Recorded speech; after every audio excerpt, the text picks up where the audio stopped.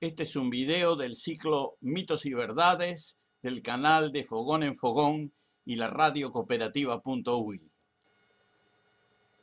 Buenas tardes. Este video que vamos a presentar ahora es la segunda parte de un ciclo que titulamos ¿Por qué las mujeres están ausentes de los relatos históricos?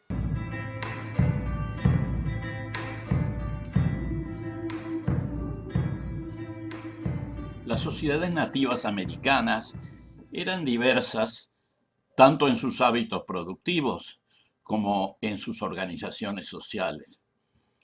Sabemos poco de ellas porque muchas fueron eliminadas por la violencia o la aculturación. Con todo, de acuerdo a lo que se observa en las naciones sobrevivientes y a la información histórica recopilada, sabemos que muchas sociedades indígenas eran matriarcales y estaban estructuradas de modo tal que las mujeres tenían un rol central de liderazgo, autoridad moral, control de la propiedad y de la custodia de los hijos. En las praderas y ambientes fluviales y costeros del sur, había muchas sociedades que sabemos que eran matriarcales. Es el caso de la sociedad Chaná, que era una nación pacífica de pescadores donde las mujeres eran transmisoras del idioma y la cultura. En otras naciones nativas, como los guaraníes, que eran pescadores y agricultores, las mujeres tenían un rol bien definido y complementario al del varón. Participaban en todas las decisiones y podían cumplir un rol chamánico, al igual que los hombres. Por su parte, los charrúas eran un pueblo de pescadores. Habían sido descritos como tales por Diego García de Moguer en la banda del norte del Río de la Plata en 1528, por Pero López de Sousa en 1531, que los encontró en Arasatí y en el río San Juan, donde tenían numerosas canoas y vivían casi exclusivamente de la pesca, y por Ulrico Schmidt en la expedición de Pedro de Mendoza en 1536, que dio una idéntica descripción.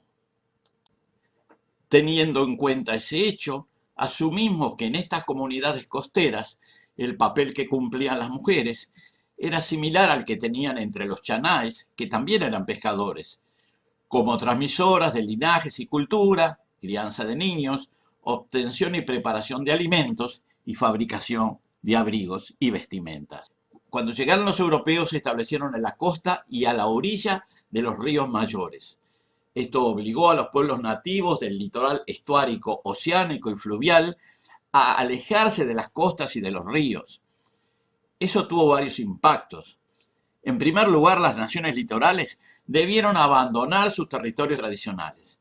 En segundo lugar, se vieron obligadas a cambiar su fuente de alimentación, que era fundamentalmente acuática, peces, aves y mamíferos fluviales y marinos. Y en tercer lugar, debieron desarrollar comportamientos transhumantes debido al peligro que significaban los ataques armados de las patrullas españolas. Sabemos que cuando ocurren enfrentamientos o guerras entre los pueblos, el matriarcado puede verse obligado a ceder su lugar a una sociedad masculinista y patriarcal, y esto puede verse reflejado en cambios de las costumbres y creencias, como lo señalamos en el libro Los pueblos del jaguar. Las situaciones de guerra conducen a la masculinización de las sociedades. Las mujeres pasan a ser colaboradoras en las luchas y son las que asumen las responsabilidades por los niños y ancianos. También en sociedades criollas fundamentalmente masculinas, las mujeres pasaron a ser trofeos de guerra.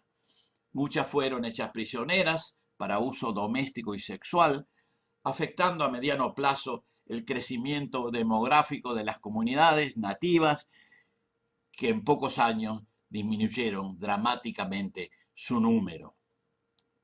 La dispersión provocada por la ocupación europea del territorio favoreció el mestizaje entre indígenas y europeos y más tarde, con africanos escapados de las ciudades coloniales, dieron lugar a nuevos tipos humanos de hombres que andaban por la campaña a su gusto, viviendo del ganado suelto y parando de vez en cuando en las estancias. Estos hombres, que en gran medida provenían de arrieros quechuas, que se habían trasladado a la banda oriental, se les conocía como changadores, primero, y luego pasaron a ser denominados gauderios o gauderíos a principios del siglo XVIII y gauchos a fines de ese mismo siglo. Ya hay testimonio de gauderios en Víboras en 1746 y de gauchos en Maldonado en 1771. La ausencia de mujeres europeas era suplida por la presencia de mujeres indígenas. Estas provenían de varias naciones. Había mujeres charrúas, chanaes, minuanes, pero la mayoría eran guaraníes, y en particular provenientes de las misiones jesuíticas. Estas mujeres indígenas se conocerían con el nombre de chinas, que es una palabra derivada del quechua y del huichí. China en quechua quiere decir hembra. Achina es hembra en la lengua huichí, cuya relación lingüística con el idioma charrúa hemos señalado en nuestro libro Las primeras naciones del sur. En el habla de estas primeras comunidades gauchas predominó el guaraní, era la lengua que hablaban la mayoría de las mujeres, sobre todo porque se utilizaba como lengua franca antes de la llegada de los europeos.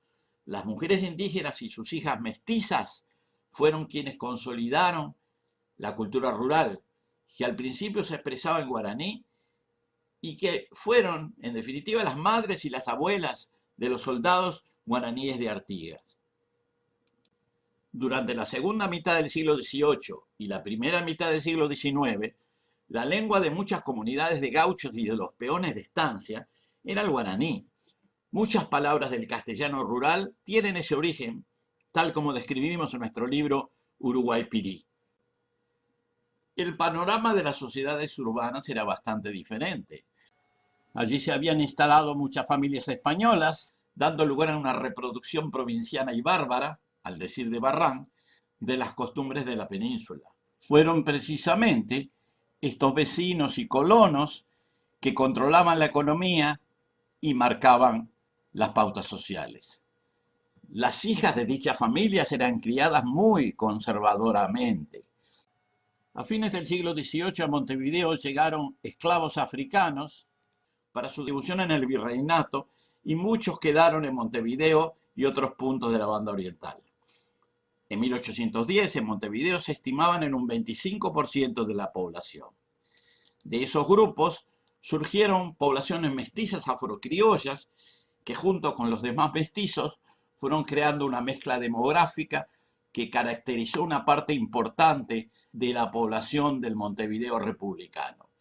En el momento de la independencia, las mujeres mestizas de indígena, afrocriollas o con múltiple mestizaje constituían tal vez la mitad de la población femenina de Montevideo y seguramente más de la mitad de los pueblos del interior.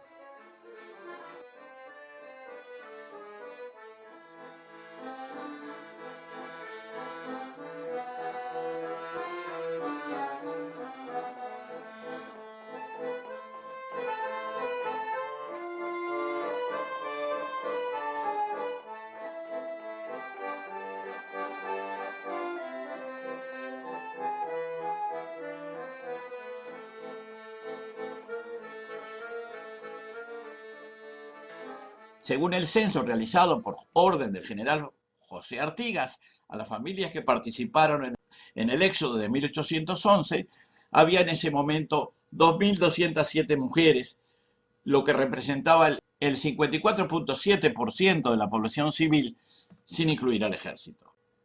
Por su parte, según la historiadora argentina Florencia Rulé, las mujeres en esa época habían pasado a ser compañeras, amantes, criadas, cargadoras, madres, agricultoras y cocineras, esclavas transformadas en mercancía humana trocada por armas o caballos. La gran mayoría no habían recibido ninguna instrucción y muchas de ellas eran analfabetas. Al igual que todas las mujeres, no se les reconocía derechos políticos y estaban relegadas a sectores empobrecidos de ciudades y pueblos. También había mujeres pobres de ascendencia criolla europea que habrían de aumentar al progresar la llegada de inmigrantes. Por su parte, las mujeres de sociedad, generalmente esposas e hijas de comerciantes, funcionarios y políticos, tenían ciertos privilegios con relación al sector femenino más desfavorecido. Sobre todo eran privilegios económicos y sociales. No necesitaban trabajar y tenían una casa cómoda donde albergarse, podían recibir alguna educación, pero su situación real era reprimida y completamente dependiente de sus maridos o padres. En resumen, las mujeres en la República Oriental durante el siglo XIX no gozaban de los principales derechos. Debían obedecer a los hombres de la casa y dependían de ellos para cualquier decisión que quisieran tomar. No votaban, no podían divorciarse si eran casadas, en fin, estaban sometidas a una censura social y religiosa muy estricta. La Constitución uruguaya de 1830 y el Código Civil de 1868 no las consideraban ciudadanas. Estos documentos legales expresaban que las mujeres debían obediencia a los maridos y estos a cambio debían protegerlas.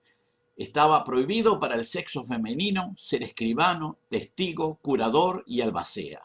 En esta época las mujeres al contraer matrimonio se convertían en incapaces y el marido era el que debía administrar todos sus bienes, incluso los que formaban parte de su dote. Esa desventaja generaba en las mujeres una situación de dependencia y opresión. En ese contexto nace la lucha de las mujeres en Uruguay. Estuvo dividida en dos vertientes. Por un lado, las trabajadoras, quienes reclamaban a nivel gremial por reivindicaciones de las condiciones laborales y salarios, y por el otro lado, las feministas, mujeres con educación, maestras y universitarias, que luchaban por conquistar derechos políticos y civiles. Estos grupos tenían diferencias culturales, económicas y también ideológicas. Estaban preocupadas por la condición femenina de desventaja, pero consideraban soluciones diferentes. A partir del siglo XX, el proceso de lucha por los derechos civiles y políticos de las mujeres cobró mayor intensidad. Uruguay fue uno de los primeros países de América Latina en aprobar una ley de divorcio por mutuo consentimiento de los cónyuges en 1907 y en 1913 se aprobó el divorcio por la sola voluntad de la mujer sin expresión de causa. En 1916 se fundó el Consejo Nacional de Mujeres liderado por la precursora feminista Paulina Luisi. En 1919 nació la Alianza Uruguaya por el Sufragio Femenino de Mujeres. La ley que permitía el voto femenino fue aprobada en 1932 y refrendada en la Constitución de 1934. Las mujeres votaron por primera vez en 1938 y lo hicieron en gran número, que se estimó en 80%. Ingresaron al Parlamento por primera vez en la historia uruguaya en el año 1942. Fueron las diputadas Julia Arévalo y Magdalena Antonelli. La senadora Sofía Álvarez e Isabel Pinto de Vidal fueron las primeras senadoras no solo del Uruguay, sino de toda Sudamérica. En 1946 se aprobó la Ley de Derechos Civiles de la Mujer, que representó una revolución desde el punto de vista jurídico. Las mujeres entraron en el mundo público, generaban derechos y obligaciones. Se suprimía la venia marital y los bienes comenzaban a ser gananciales. En el año 2009 se promovió la electividad de las mujeres a nivel político por la ley de cuotificación por género que fuera extendida en el año 2017. Y finalmente se aprobó la ley de despenalización del aborto en 2012, que permitió que las mujeres pudieran decidir acerca de su cuerpo y sus embarazos. Obviamente se ha avanzado mucho. Sin embargo, el proceso de la conquista de la equidad entre ambos géneros no ha terminado. Los problemas de discriminación a las mujeres, sobre todo a las mujeres pobres, no han desaparecido. Hay muchas causas enraizadas en la cultura. Sobre todo a ese nivel hay numerosas tareas pendientes. Pero seguramente las niñas de hoy serán mujeres mucho más libres para decidir sobre su vida y su destino en el futuro. Esta fue la segunda parte del video titulado ¿Por qué las mujeres están ausentes en los relatos históricos?